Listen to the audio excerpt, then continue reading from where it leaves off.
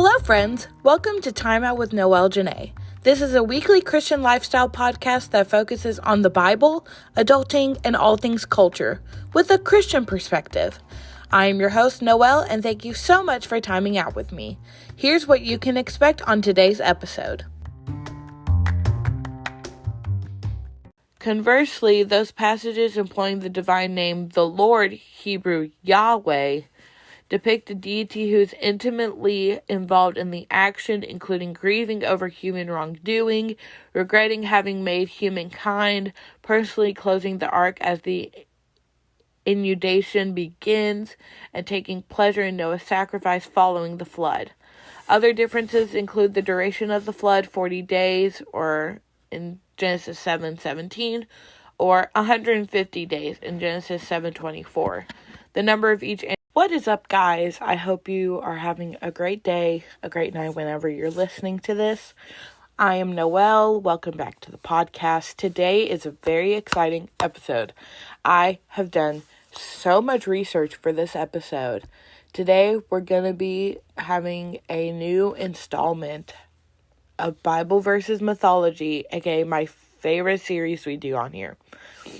And we're going to be talking about floods and flood narratives and what different mythological stances take, what the Bible says, there being two, flood narratives in the Bible, what, are the parameters, and then kind of scientific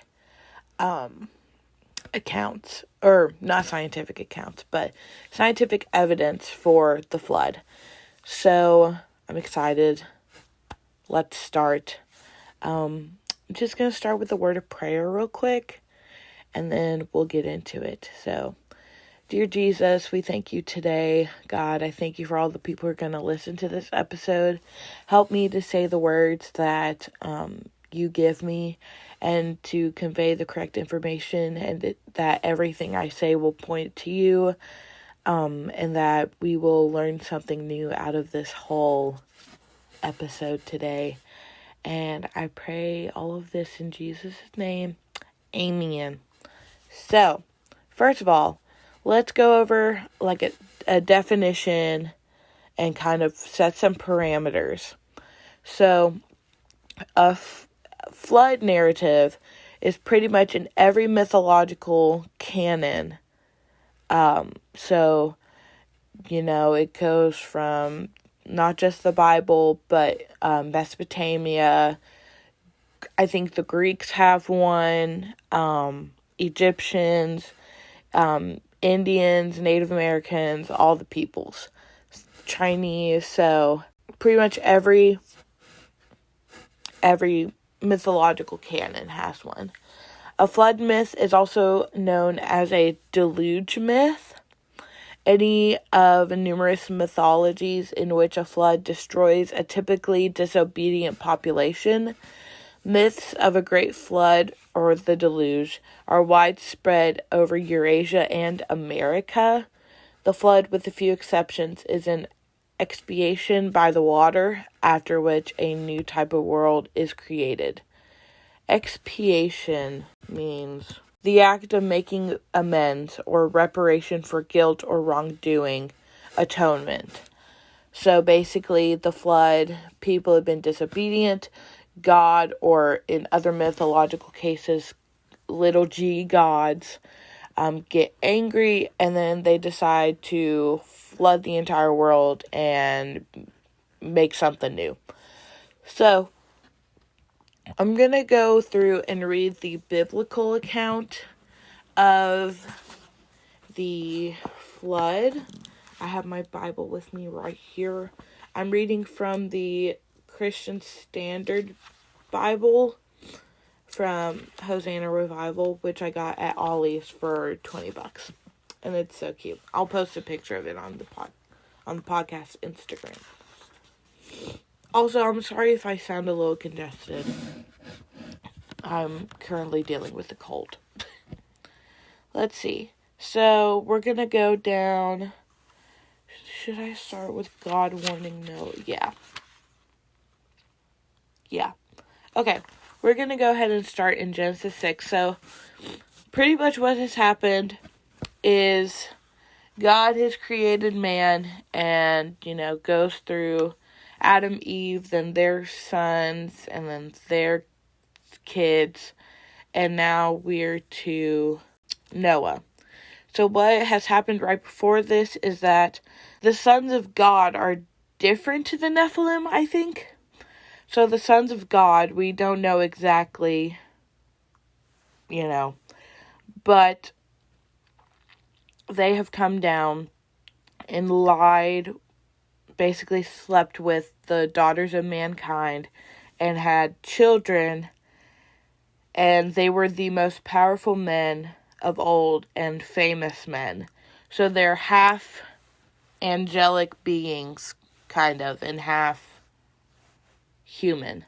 So if you're thinking of like Percy Jackson, they're demigods, which is cool because I love stuff like this. But I don't think it was supposed to happen. So there's that. Then God decrees judgment over the earth because, everything is every human mind was evil, and God regrets making man, and he's deeply grieved. Then the Lord said, this is verse 7 of chapter 6 in Genesis. Then the Lord said, I will wipe mankind, whom I created, off the face of the earth, together with the animals, creatures that crawl, and birds of the sky, for I regret that I made them. Noah, however, found favor in the Lord. So then we go down to verse 9 about God warning Noah. These are the family records of Noah. Noah was a righteous man, blameless among his contemporaries. Noah walked with God, which is very, which is a callback to the Garden of Eden when Adam and Eve walked with God in the cool of the day. Noah fathered 3 sons, Shem, Ham, and Japheth. Now the earth was corrupt in God's sight, and the earth was filled with wickedness. Verse 12, God saw how corrupt the earth was, for every creature had corrupted its way on the earth. Then God said to Noah, I have decided to put an end to every creature, for the earth is filled with wickedness because of them. Therefore I am going to destroy them along with the earth. Make yourself an ark of gopher wood. Make rooms in the ark and cover it with pitch inside and outside. This is how you are to make it. The ark will be 450 feet long. They put our measurements into this instead of cubits. So, 450 feet long, 75 feet wide, and 45 feet high. That's big. You are to make a roof finishing the sides of the ark to within 18 inches of the roof. You are to put a door in the side of the ark. Make it with lower, middle, and upper decks. Understand that I am bringing a flood waters on the earth to destroy every creature under heaven with the breath of life in it. Everything on earth will perish, but I will establish my covenant with you, and you will enter the ark with your sons, your wife, and your sons' wives. You are also to bring into the ark 2 of all living creatures, male and female, to keep them alive with you. 2 of everything, from the birds according to their kinds, from the livestock according to their kinds, and from the animals that crawl on the ground according to their kinds. I will come to you so that you can keep them alive. Take with you every kind of food that is eaten, gather it as food for you and for them. And Noah did this. He did everything that God had commanded him. So what we see is God establishing the first covenant with Noah. So basically what a covenant is, like when you get married, that's a covenant. It's not just like, this is an agreement we have, but if I backslide, or if I don't fulfill it, it's fine. No. A covenant was binding. So what we see is God being I'm establishing a covenant with you. You don't have to do anything. If something messes up, I'll take the fall for it, basically. Then now we're going to chapter 7. I'm just going to skim through this, really. So they all enter the ark, and then all of the animals are entering. God says, 7 days from now I will make it rain on the earth 40 days and 40 nights, and every living thing I have made I will wipe off the face of the earth. And Noah did everything that the Lord commanded him. Noah was 600 years old when the flood came, and water covered the earth. So back then, 600 years may have been in his 40s or 50s.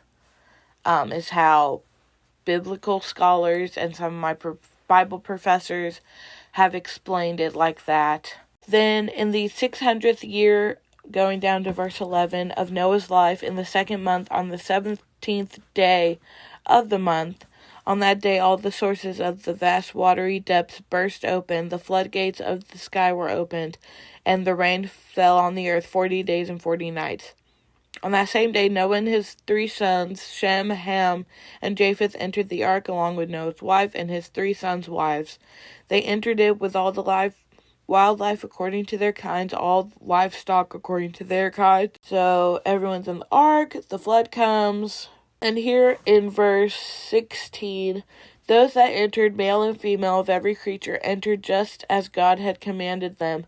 Then the Lord shut them in. So Noah didn't close the door, the Lord did. The flood continued for 40 days on the earth. The water increased and lifted up the ark so that it rose above the earth. The water surged and increased greatly on the earth, and the ark floated on the surface of the water. Then the water surged even higher on the earth, and all the high mountains under the whole sky were covered. The mountains were covered as the water surged above them more than 20 feet. Every creature perished, those that crawled on the earth, birds, livestock, wildlife, and those that swarm on the earth, as well as all mankind. They all died. And the water surged on the earth for 150 days. So everyone's dead. So we get into chapter 8 and talks about how the flood waters recede and how God caused a wind to pass over the earth and the water began to subside. The waters were receding till the 10th month, and on the first day of the 10th month, the tops of the mountains were visible. After 40 days, Noah opened the window of the ark that he had made. He had sent out a raven it went back and forth until the water had dried up from the earth. Then he sent out a dove to see whether the water on the earth's surface had gone down. But the dove found no resting place for its foot. It returned to him in the ark because water covered the surface of the whole earth. He reached out and brought it into the ark to himself. So Noah waited 7 more days and sent out the dove from the ark again. When the dove came to him at evening, there was a plucked olive leaf in its beak. So Noah knew that the water on the earth's surface had gone down. After he had waited another 7 days, he sent out the dove, but it did not return to him again. In the 601st year, in the first month, on the first day of the month, the water that had covered the earth was dried up. Then Noah removed the ark's cover and saw that the surface of the ground was drying. By the 27th day of the second month, the earth was dry. So that's how the flood waters recede. Now we get into the Lord's promise. Then this is chapter 8, verse 15. Then God spoke to Noah, "Come out of the ark, you, your wife, your sons, and your sons' wives with you. Bring out all the living creatures that are with you, birds, livestock, those that crawl on the earth." Which I got a bone to pick with Noah about why he let these doggone forsaken bugs back on the ark. I'm mad.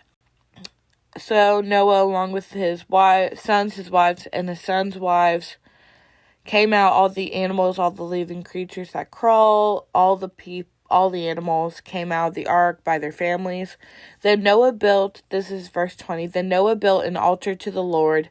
He took some of every kind of clean animal and every kind of clean bird and offered burnt offerings on the altar. When the Lord smelled the pleasing aroma, he said to himself, I will never again curse the ground because of human beings, even though the inclination of the human heart is evil from youth onward, and I will never again strike down every living creature, every living thing, as I have done. As long as the earth endures, seed time and harvest, cold and heat, summer and winter, and day and night, I will not cease. So basically, God promises never to flood the earth again. So, chapter 9, we start with God's covenant. Now, God has already told Noah that he's going to establish a covenant, but here it comes.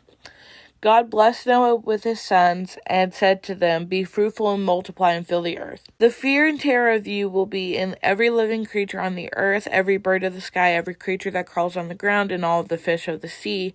They are placed under your authority. Every creature that lives and moves will be food for you. As I gave the green plants, I have given you everything. However, you must not eat meat with its lifeblood in it, and I will require a penalty for your lifeblood. I will require it from any animal and from any human. If someone murders a fellow human, I will require that person's life. Whoever sheds human blood, by humans his blood will be shed, for God made humans in his image. But you be fruitful and multiply, spread out over the earth and multiply on it. Then God said to Noah and his sons, Understand that I am establishing my covenant with you and your descendants after you, and with every living creature that is with you, birds, livestock, and all wildlife of the earth that are with you, all the animals of the earth that came out of the ark. I establish my covenant with you that never again will every creature be wiped out by flood waters. There will never again be a flood to destroy the earth. And God said, This is the sign of the covenant with you I am making between me and you and every living creature with you, a covenant for all future generations. I have placed my bow in the clouds, and it will be a sign of the covenant between me and the earth. Whenever I form clouds over the earth and the bow appears in the clouds, I will remember my covenant between me and you and all the living creatures. Water will never again become a flood to destroy every creature. The bow will be in the clouds, and I will look at it and remember the permanent covenant between God and all the living creatures on earth. God said to Noah, This is the sign of the covenant that I have established between me and every creature on the earth. Basically, God creates a rainbow. And no, the rainbow does not mean pride.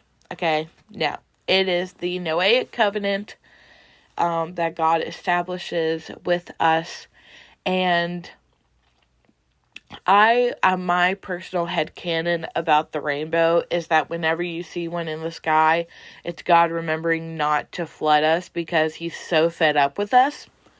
So that's what I think. So that's the biblical account, and it's a little lengthy. Sorry about that. The other ones aren't as lengthy that we'll get into in a minute. And if I have to split up these episodes into 2, then I'll do that.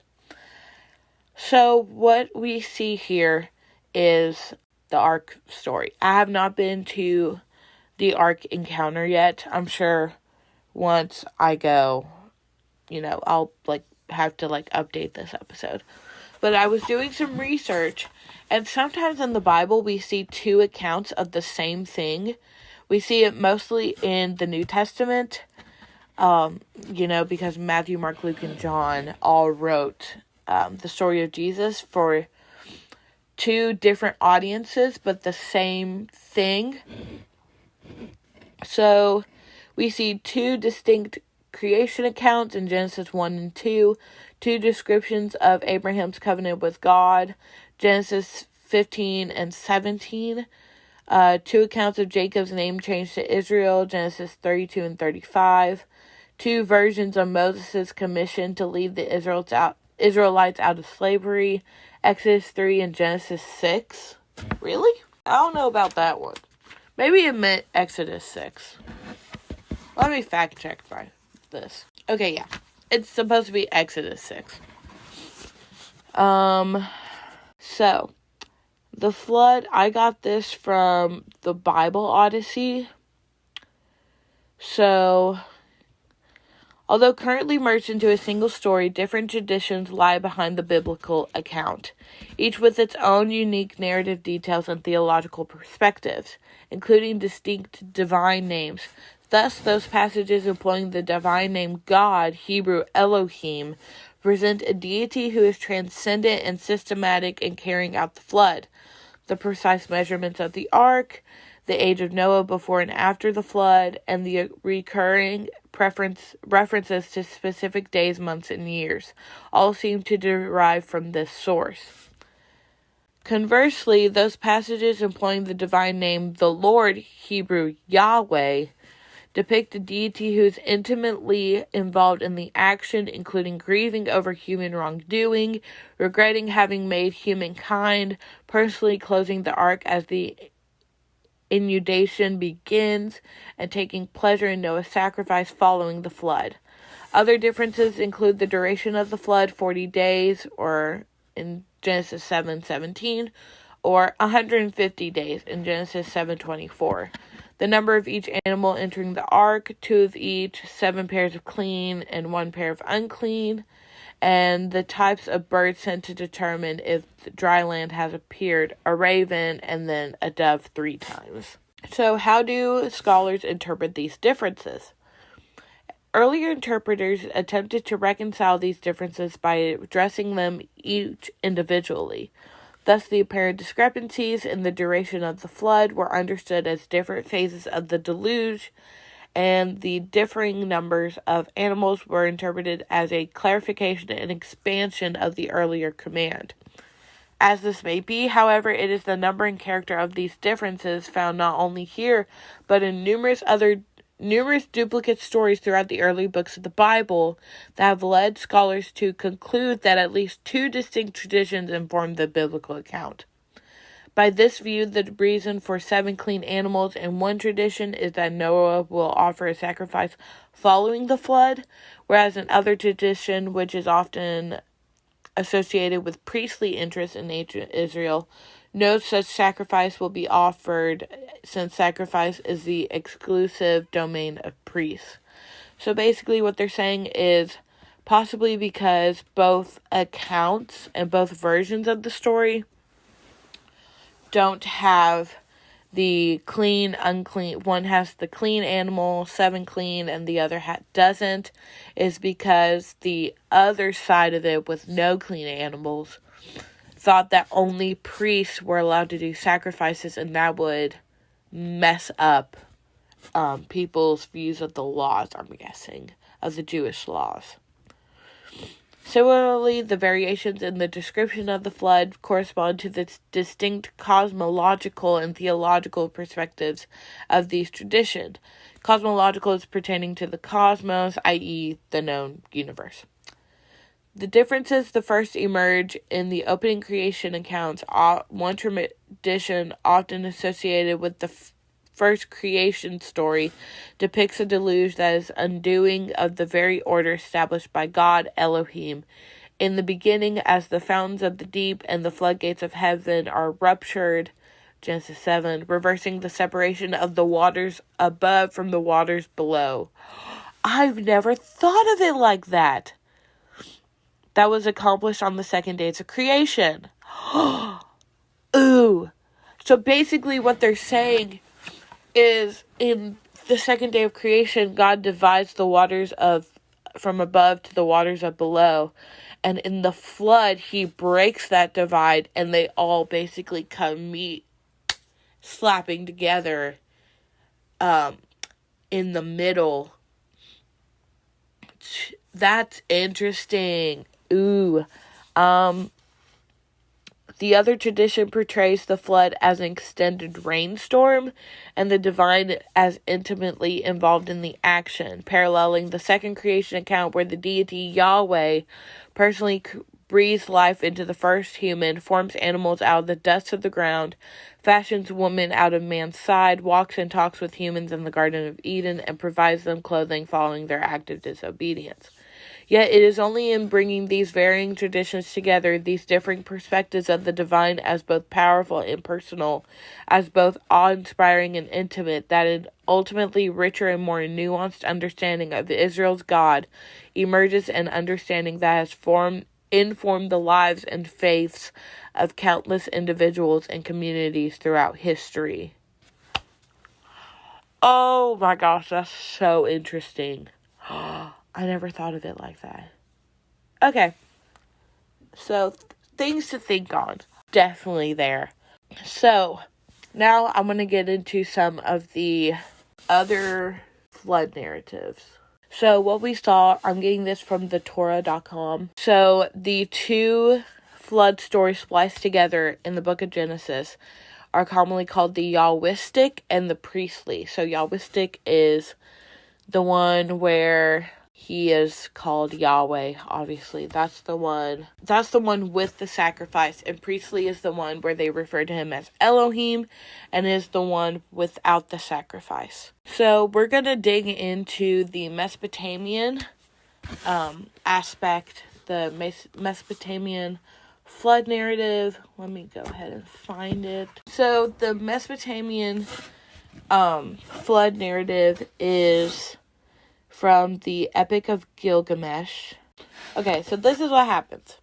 Ea leaks the secret plan. So, Untapishtim tells Gilgamesh a secret story that begins in the old city of Shurpak on the banks of the Euphrates River. The great gods, little g, Anu, Inu, Enlil, Niruta, Inuji, and Ea were sworn to... These pronunciations are going to be butchered, by the way. Were sworn to secrecy about their plan to cause the flood, but the god Ea, Sumerian god Enki, repeated the plan to Untapishtim through a reed wall in a reed house. Wow. Ea commanded him to demolish his house and build a boat, regardless of the cost, to keep living beings alive. The Noah must have equal dimensions with corresponding width and height and be covered over like Apsu boats. Untapishtim promised to do what Ea commanded. He asked Ea what he should say to the city elders and the population. Ea tells him that Enlil has rejected him and he can no longer reside in the city or set foot in Enlil's territory. He also says that he will go down to Apsu to live with my lord Ea. Then he builds the boat. The boat has 6 decks, possibly. Now, all of this they're getting from a clay tablet because they did not have paper back then. This was written in around 7th century BC. So, it's in the British Museum. I may go see that when I go back to London. So basically, he builds the boat. Water plugs were driven into the middle part. Punting poles and other necessary things were laid in. They stored a bunch of oil in the boat. Oxen and sheep were slaughtered. After they built the boat, and basically they had a big festival. The launch was very difficult. 2/3 of the boat was in the water. Untapishtim loaded his silver and gold into the boat. He loaded all the living beings that I had, his relatives and craftsmen, and all the beasts and animals of the field boarded the boat. Then the time arrived, as stated by the god Shamash, to seal the entry door. So already we see very similar parallels to the Bible. So what has happened already is... So basically, the gods, little g, are all like, we're going to flood the earth. This is how we're going to do it. One of the gods tells... This is Untapishtim telling Gilgamesh what happened with the flood. So, little gods are planning to flood the earth. They got this plan. One of the gods, Ea, tells the plan to Utnapishtim, who is a human at this time. And Ea commands Utnapishtim to build the ark to these specific measurements, which 120 cubits is 4 feet long. No. Oh, yeah. It is? What?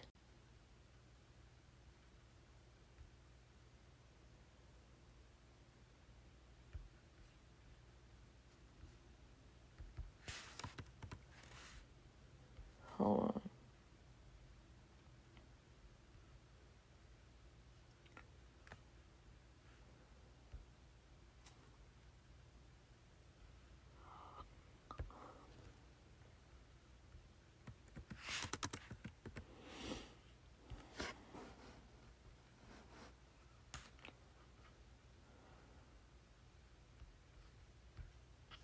Okay, so that is 180 feet. I had to look up a cubit to feet conversion thing. So that's 150 feet. So basically, Utnapishtim promises Ea that he'll do this. Then they start building the boat. The carpenters, reed workers, and other people assembled. One morning, 5 days later, Utnapishtim lays out the exterior wall of the boat, being 120 cubits. The sides, he built 6 decks in the boat, and then puts all of his silver and gold into the boat. And then he puts all the beasts of the field and the animals of the field.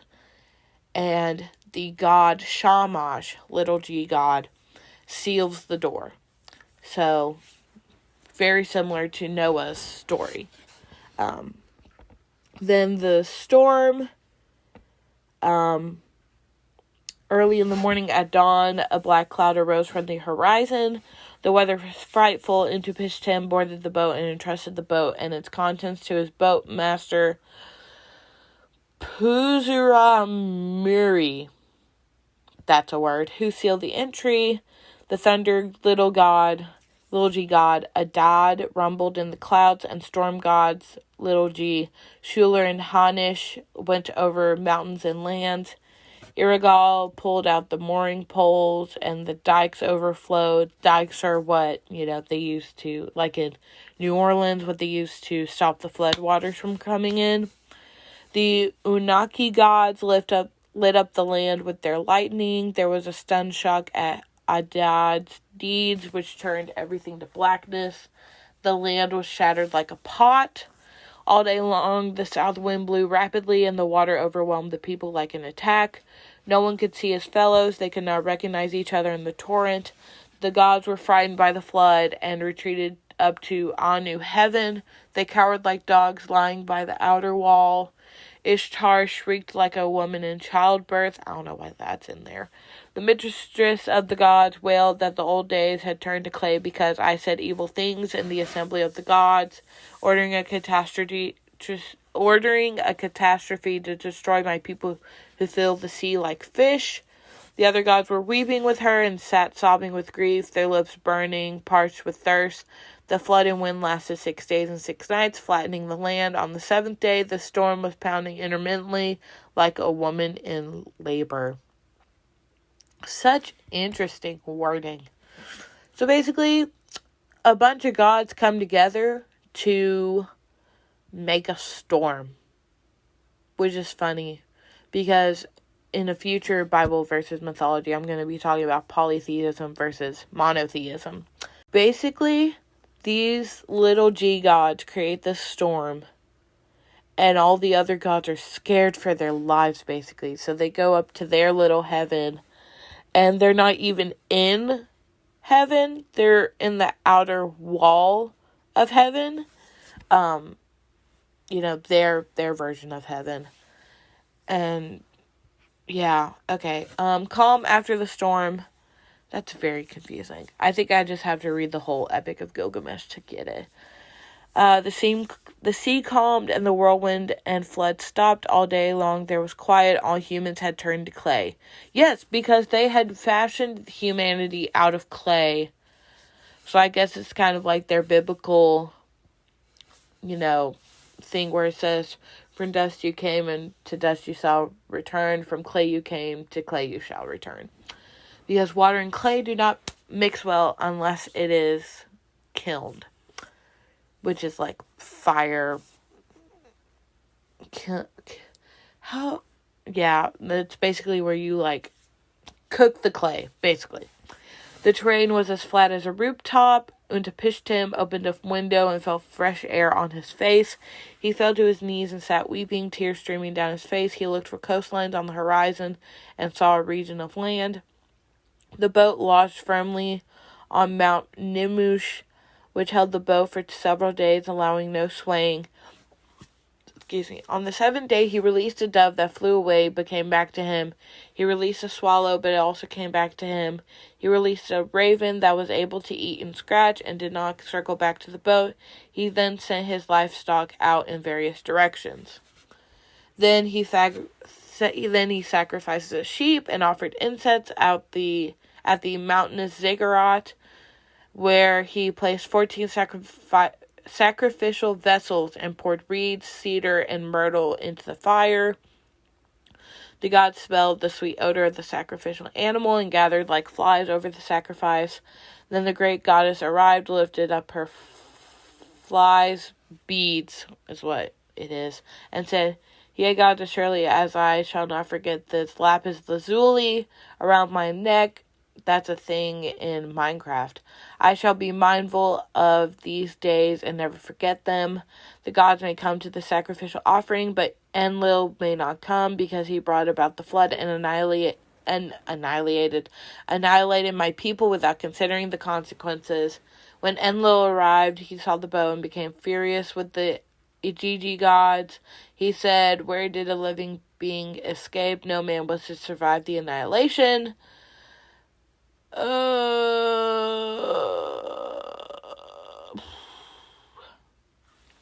Basically, Enlil caused the flood without considering the consequences of his own actions. Okay, and then they get into an argument. Ea accuses Enlil of sending a disproportionate punishment, reminds him of the need for compassion. Ea denies leaking the god's secrets to Untapishtim, admitting only sending him a dream and deflecting Enlil's attention to the flood hero. Enlil then boards a boat and, grasping Untapishtim's hand, helps him and his wife aboard, where they kneel.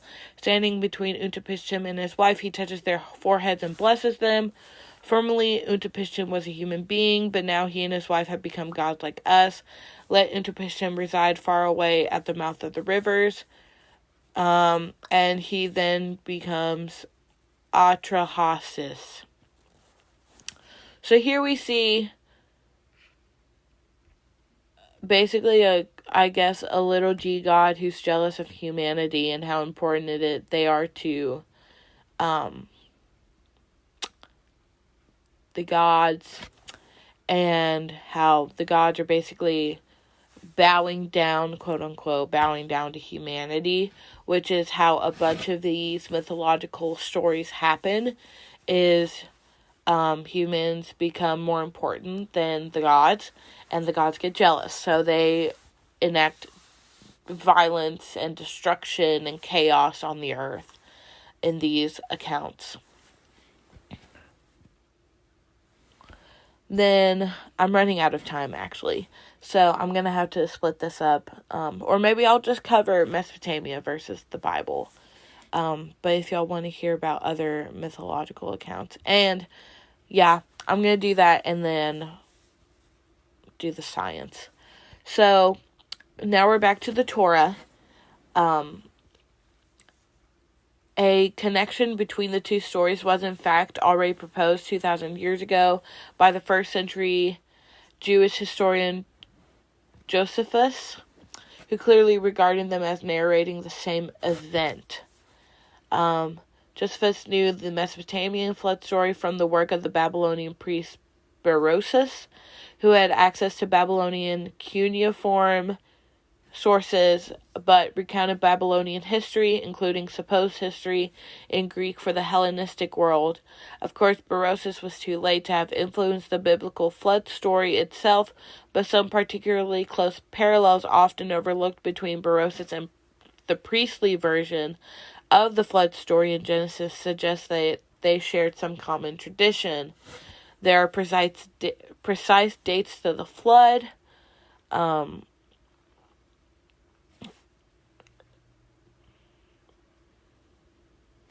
There's Armenia. In Berosus, the ark landed in Armenia, which is exactly what the mountains of Ararat refer to, the landing place of Noah's ark in Genesis 8:4. Ararat alludes to Urartu, the ancient name of Armenia. So that's where we think the ark landed. The oblong shape of the ark, and then the 10th generation in Berosus, the flood hero. Okay, so they're using the Greek translation of this. And then we get to the Epic of Gilgamesh. There's a bunch of similarities there. Amongst other things in the Bible, the story was monotheized, as only one God both brings the flood and delivers the flood hero, and the others on the ark. The story has also been ethicized insofar as the flood is now a punishment for human sin, not a counter to human overpopulation and noise, as in... So basically what they're saying is that scholars believe that the Epic of Gilgamesh and the story of Noah in the Bible are the same stories, but because the Israelites, or the future Israelites, are monotheistic, they wrote it as only one God, Yahweh / Elohim, who are the same person, just two different kind of perspectives or personalities, I guess, of God. And then the Mesopotamians were polytheistic, so they had many gods. And that each god had a specific thing, and some gods and some things had two gods for them because one god wasn't enough, according to them. So that's where I'm going to have to leave this episode at just kind of the, similarities and differences in both of these flood narratives. Before we go, I will be giving the songs of the bye week. I'm sorry this episode is super long, but I think this is fascinating information. So, our songs of the bye week this week are as follows. Let me pull it up. I'll have some podcast episodes to listen to.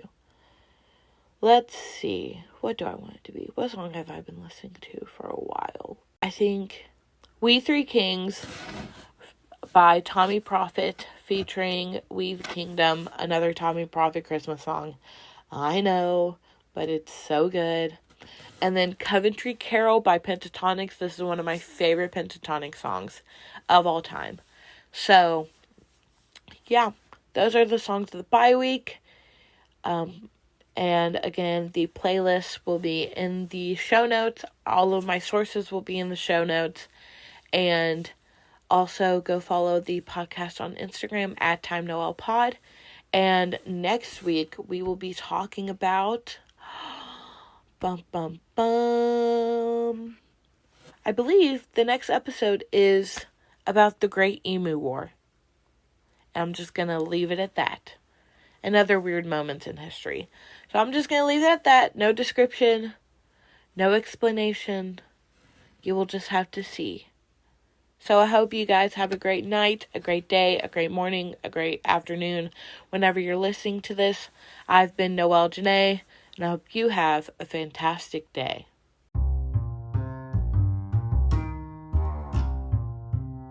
Thank you so much for listening to today's episode. If you liked it, then leave us a 5-star review and follow us wherever you're listening. Share this with your peeps and follow us on Instagram at TimeNoelPod. Have a great day, night, afternoon, or whenever you're listening to this, and goodbye!